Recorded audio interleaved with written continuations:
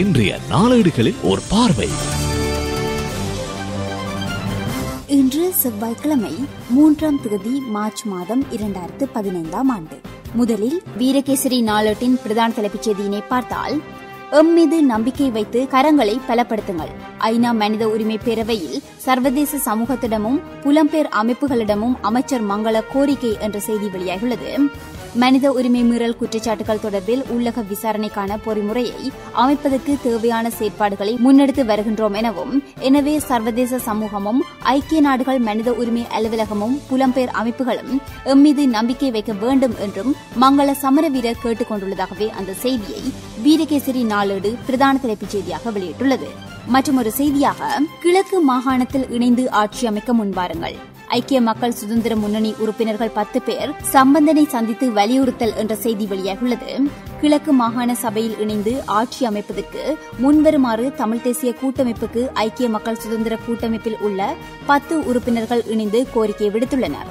கிழக்கு மாகாண சபையில் ஸ்ரீலங்கா முஸ்லிம் காங்கிரஸ் ஆட்சி அமைப்பதற்கு ஆதரவு வழங்கிய ஐக்கிய மக்கள் சுதந்திர கூட்டமைப்பில் இருந்த 10 உறுப்பினர்களே இந்த கோரிக்கையை முன்வைத்துள்ளதாக அந்த செய்தியை வீரகேசரி நாளேடு வெளியிட்டுள்ளது.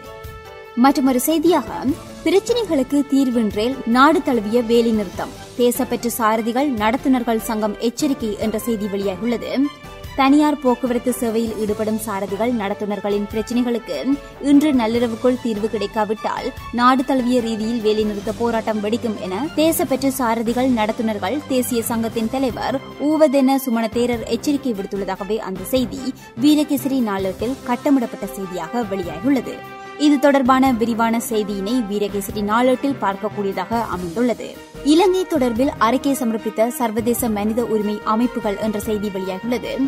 ஐக்கிய நாடுகள் மனித உரிமை பேரவையின் 28வது அமர்வு நேற்று ஆரம்பமாகிய நிலையில் அமர்வில் இலங்கை குறித்து ஆராய்வதற்காக பல மனித உரிமை அமைப்புகளும் அரசு சார்பற்ற அமைப்புகளும் அறிக்கைகளை சமர்ப்பித்துள்ளனர். சர்வதேச சட்டத்தரணிகள் சங்கம், சர்வதேச மன்னிப்பு சபை, மனித உரிமைகளுக்கான ஆசிய மன்றம் உட்பட பல அமைப்புகள் இலங்கை குறித்தான அறிக்கையை சமர்ப்பித்துள்ளதாகவே அந்த செய்தி வெளியாகியுள்ளது. தினக்குரல் நாளேட்டின் பிரதான தலைப்புச் செய்தியினை பார்த்தால், ஐநா அறிக்கையை உள்ளக விசாரணையில் இலங்கை பயன்படுத்தும், ஜெனீவா அமர்வில் அமைச்சர் மங்கள உறுதியளிப்பு என்ற செய்தியை தினக்குரல் நாளேடு பிரதான தலைப்புச் செய்தியாக வெளியிட்டுள்ளது. நாட்டில் மீண்டும் ஒருபோதும் குருதிப்பெருக்கு ஏற்படாதிருப்பதை அரசாங்கம் உறுதிப்படுத்தும் எனவும், நல்லிணக்கத்தை கட்டியெழுப்புவதற்கு பற்றுறுதியுடன் செயற்படுவதாகவும் சர்வதேச சமூகத்திற்கு தெரிவித்திருக்கும் அரசாங்கம் தற்போது முன்னெடுத்திருக்கும் சமாதான பயணத்தை நனவாக்குவதற்கு சர்வதேசமும் ஐநா மனித உரிமைகள் பேரவையும் உயர் ஸ்தானிகரும் சர்வதேச அமைப்புகளும் புலம்பெயர்ந்த இலங்கையர்களும் உதவ வேண்டும் என்று அழைப்பு விடுத்துள்ளதாக ஜெனீவாவில் ஐநா மனித உரிமைகள் பேரவையின் 28வது அமர்வில் பேசும்பொழுது வெளிவிவகார அமைச்சர் மங்கள சமரவீர இவ்வாறு தெரிவித்துள்ளதாகவே அந்த செய்தியை தினக்குரல் நாளேடு பிரதான தலைப்புச் செய்தியாக வெளியிட்டுள்ளது. மற்றொரு செய்தியாக, சிரேஷ்ட பிரஜைகளுக்கான 15% வட்டி விவகாரத்தில் மீண்டும் குழப்பம், புதிய கட்டுப்பாடுகள் குறித்து பலர் விசனம் என்ற செய்தி வெளியாகியுள்ளது. 10 லட்சம் ரூபாய் வரையிலான நிலையான வைப்புக்கு 15% வட்டி வழங்கப்படும் என இடைக்கால வரவு செலவு திட்டத்தில் அரசாங்கம் அறிவித்திருந்த போதிலும் நேற்று திங்கட்கிழமை வணிக வங்கிகளுக்கு சென்ற சிரேஷ்ட பிரஜைகள் மீண்டும் குழப்பமடைந்துள்ளனர். இந்த விடயம் தொடர்பான புதிய கட்டுப்பாடுகள் குறித்து அறிவிக்கப்பட்டதாக அவர்கள் தெரிவித்திருக்கின்றனர். சகல வங்கிகளிலும் இருக்கும் சிரேஷ்ட பிரஜைகளின் வைப்புத் தொகை மொத்தமாக 10 லட்சமாக அல்லது அதற்கு குறைவாக இருந்தால் மட்டுமே இந்த திட்டத்திற்கு அவர்கள் தகமையுடையவர்கள் என தெரிவிக்கப்பட்டுள்ளதாகவே அந்த செய்தி தினக்குரல் நாளேட்டில் வெளியாகியுள்ளது. மற்றொரு செய்தியாக, அமெரிக்க ஆய்வுக்கூடத்திலிருந்து உயிர்கொல்லி பாக்டீரியா வெளியேற்றம், உலகெங்கும் பெரும் பரபரப்பு என்ற செய்தி வெளியாகியுள்ளது. அமெரிக்க ஆய்வுக்கூடம் ஒன்றிலிருந்து உயிர்கொல்லி பாக்டீரியா வெளியேறியுள்ளது பற்றி அதிகாரிகள் விசாரணை நடத்தி வருகின்றனர். அமெரிக்காவின் கென்டுக்கி மாநிலத்தில் உள்ள கோவிங்டன் நகரில் டுலேன் தேசிய குரங்குகள் ஆய்வு மையம் உள்ளது. அந்த ஆய்வு மையத்தில் பெர்கோல்டெரியா சூடோமல்லை என்ற பாக்டீரியாவிற்கு மருந்து தயாரிக்கும் பணி நடந்து வந்தது. இந்நிலையில் உயிர்கொல்லியான அந்த பாக்டீரியா ஆய்வகத்திலிருந்து கடந்த நவம்பர் மாதம் வெளியேறியுள்ளது. பாக்டீரியா உச்சகட்ட பாதுகாப்பு உள்ள ஆய்வுக்கூடத்திலிருந்து எப்படி வெளியேறியது என்பது யாருக்கும் தெரியவில்லை என்றும் இதுகுறித்து அதிகாரிகள் விசாரணை நடத்தி வருவதாகவுமே அந்த செய்தி வெளியாகியுள்ளது. இதுகுறித்து அதிகாரிகள் விசாரணை நடத்தி வருவதாகவும் தென்கிழக்கு ஆசியா மற்றும் வடக்கு ஆஸ்திரேலியாவில் காணப்படும் இந்த பாக்டீரியா மாசுபட்ட மண் மற்றும் தண்ணீர் மூலம் மனிதர்கள் மற்றும் விலங்குகளை தாக்கும் அபாயம் கொண்டதென்றும் அந்த செய்தியை தினக்குரல் நாளேடு வெளியிட்டுள்ளது. மற்றொரு செய்தியாக கொழும்பில் காணாமல் போன 10 மாணவர்கள் தொடர்பாக 7 கடற்படை அதிகாரிகளிடம் விசாரணை. மாணவர்கள் பற்றி எந்த தகவலும் இல்லை என்ற செய்தி வெளியாகியுள்ளது. 2008-2009 ஆண்டு கால பகுதியில் கொழும்பில் குறிப்பாக மட்டக்குழி, திருகோணமலை பகுதிகளில் கடத்தப்பட்ட சுமார் 10 மாணவர்கள் தொடர்பில் 7 கடற்படை அதிகாரிகளிடம் விசாரணை மேற்கொள்ளப்பட்டுள்ளதாக போலீஸ் ஊடக பேச்சாளரும் சிரேஷ்ட போலீஸ் அத்தியட்சருமான அஜித் ரோஹன தெரிவித்துள்ளார். மேலும் ஒரு செய்தியாக இந்தியாவுடன் சீபாவை தவிர்த்த மைத்திரி என்ற செய்தியை தினக்குரல் நாளேட்டில் பார்க்கக்கூடியதாக உள்ளது. புதுடில்லிக்கு அண்மையில் மேற்கொண்ட விஜயத்தின் போது தனது நிகழ்ச்சி நிரலில் இந்தியாவுடனான பரந்துபட்ட பொருளாதார பங்குடைமை உடன்படிக்கையை தவிர்த்துக் கொண்டதாக ஜனாதிபதி மைத்ரிபால சிறிசேன தெரிவித்துள்ளார்.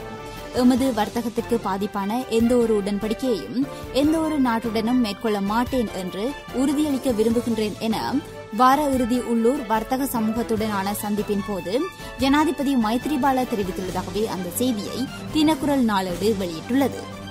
அடுத்து சுடரொளி நாளேட்டின் பிரதான செய்தியினை பார்த்தால், ஆட்டம் கண்டது கிழக்கின் ஆட்சி, கூட்டமைப்பிடம் கையேந்துமா முஸ்லிம் காங்கிரஸ் என்ற செய்தியை கேள்விக்குறியுடன் சுடரொளி நாளேடு வெளியிட்டுள்ளது.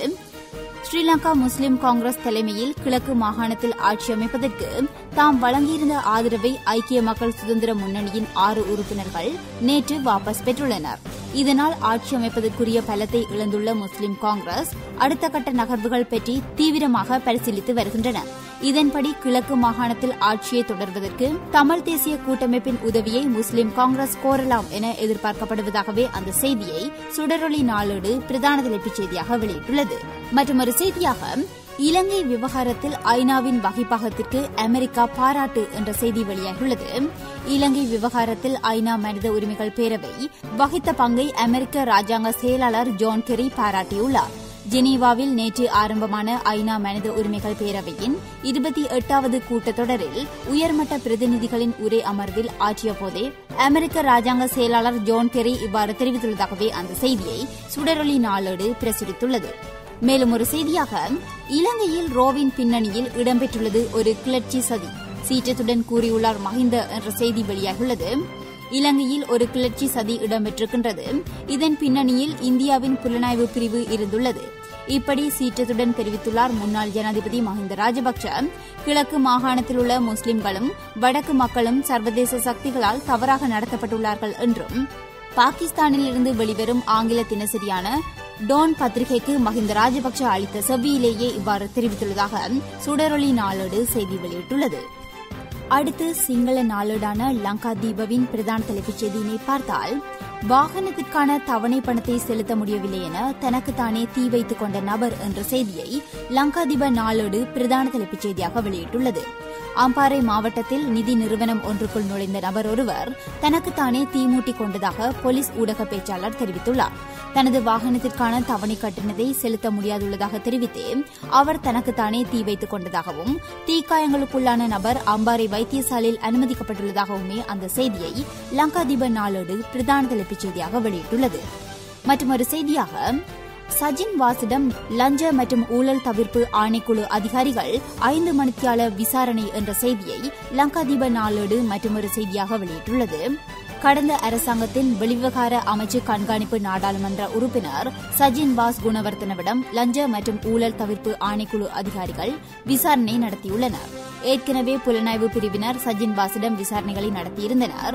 இந்நிலையில் சட்டவிரோதமான முறையில் பணம் மற்றும் சொத்துக்களை திரட்டியுள்ளதாக சஜின் வாசிற்கு எதிராக குற்றம் சுமத்தப்பட்டதைத் தொடர்ந்தே லஞ்ச மற்றும் ஊழல் தவிர்ப்பு ஆணைக்குழு அதிகாரிகள் மீண்டும் விசாரணையை நடத்தியுள்ளனர். நிதி செலவு நடவடிக்கைகளில் ஈடுபட்டதாகவும் குற்றம் சுமத்தப்பட்ட நிலையில் மக்கள் விடுதலை முன்னணியால் லஞ்ச மற்றும் ஊழல் தவிர்ப்பு ஆணைக்குழுவிடம் செய்த முறைப்பாட்டுக்கு அமையவே இந்த விசாரணைகள் ஆரம்பிக்கப்பட்டுள்ளதாகவே அந்த செய்தி மேலும் விரிவாக வெளியாகியுள்ளது. அடுத்து ஆங்கில நாளேடான டெய்லி மிரரின் செய்திகளை பார்த்தால், ஜோதிடத்தை இனி நம்ப மாட்டேன், முன்னாள் ஜனாதிபதி மஹிந்த ராஜபக்ச தெரிவிப்பு என்ற செய்தியை டெய்லி மிரர் நாளேட்டில் பார்க்கக்கூடியதாக உள்ளது. ஜோதிடத்தை இனி நான் நம்பப் போவதே இல்லை என முன்னாள் ஜனாதிபதி மஹிந்த ராஜபக்ச தெரிவித்துள்ளார். பாகிஸ்தான் ஊடகவியலாளர் ஒருவருடன் தங்காலே கால்டன் வீட்டில் இடம்பெற்ற நேர்காணலின் போதே அவர் இவ்வாறு தெரிவித்துள்ளதாகவே அந்த செய்தியை டெய்லி மிரர் நாளேடு வெளியிட்டுள்ளது. வலம்புரி நாளேட்டின் பிரதான தலைப்புச் செய்தியாக மனித உரிமை தொடர்பில் இலங்கையில் முன்னேற்றம், வெளிவிவகார அமைச்சர் தெரிவிப்பு என்ற செய்தியை வலம்புரி நாளேடு பிரதான செய்தியாக வெளியிட்டுள்ளது. இது தொடர்பான விரிவான செய்தியினை நாம் ஏனைய தமிழ் நாளேடுகளிலும் பார்த்திருந்தோம். மேலும் ஒரு செய்தியாக ஜனாதிபதி இன்று யாழ் வருகை, அபிவிருத்தி குறித்து ஆராய்வார் என்ற செய்தியை வலம்புரி நாளேட்டில் பார்க்கக்கூடியதாக உள்ளது. ஜனாதிபதி மைத்ரிபால சிறிசேன இன்று செவ்வாய்க்கிழமை யாழ்ப்பாணத்திற்கும் திருகோணமலைக்கும் விஜயம் செய்ய உள்ளதாக ஜனாதிபதி செயலகம் அறிவித்துள்ளது. இன்று காலை 10:30 மணிக்கு யாழ் மாவட்ட செயலகத்தில் ஜனாதிபதி தலைமையில் மாகாண ஒருங்கிணைப்பு குழு கூட்டம் நடைபெற உள்ளது. இதேவேளை இன்று பிற்பகல் 2 மணிக்கு கிழக்கு மாகாண மக்கள் பிரதிநிதிகள் மற்றும் அரச உத்தியோகஸ்தர்கள் சந்திப்பும் ஜனாதிபதி தலைமையில் இடம்பெற உள்ளதாகவே அந்த செய்தி மேலும் விரிவாக வெளியாகியுள்ளது. அடுத்து உதயன் நாளேட்டின் பிரதான தலைப்புச் செய்தியினை பார்த்தால், அதிலும் ஐநாவின் அறிக்கையை உள்ளடக்கியே உள்ளக விசாரணைகள் உறுதி அளித்துள்ளது இலங்கை என்ற செய்தியே பிரதான தலைப்புச் செய்தியாக வெளியாகியுள்ளது. இது தொடர்பான விரிவான செய்திகளினை நாம் ஏனைய நாளேடுகளிலும் பார்த்திருந்தோம். மற்றொரு செய்தியாக சுன்னாகம் நிலத்தடி நீர் மாசு பிரச்சினையை கையாள யாழ் மருத்துவ சங்கத்தால் யோசனைகள் முன்வைப்பு என்ற செய்தியை உதயன் நாளேடு வெளியிட்டுள்ளது. கழிவு எண்ணெய் கசிவால் பாதிக்கப்பட்டுள்ள சுன்னாகம் நிலத்தடி நீரில் ஈயம் உள்ளிட்ட நச்சுப் பொருட்களும் கலந்துள்ளன. எனினும் துண்டாடப்பட்ட கார்பன் வடிகட்டிகளை பயன்படுத்தி தூய்மையாக்கிய பின்னர் வீட்டு தேவைகளுக்கு அதனை பயன்படுத்த முடியும் என்ற யோசனையை யாழ்ப்பாண மருத்துவ சங்கம் முன்வைத்துள்ளதாகவே அந்த செய்தியை உதயன் நாளேடு வெளியிட்டுள்ளது. நாளேடுகளில் நமது பார்வை ஊடாக கொழும்பிலிருந்து வெளியாகியிருந்த 3 மொழி நாளேடுகளின் பிரதான செய்திகளையும் யாழ்ப்பாணத்திலிருந்து வெளியாகியிருந்த நாளேடுகளின் பிரதான செய்திகளையும் பார்த்திருந்தோம். மற்றொரு நாளேடுகளின் பார்வையில் சந்திப்போம். நன்றி, வணக்கம்.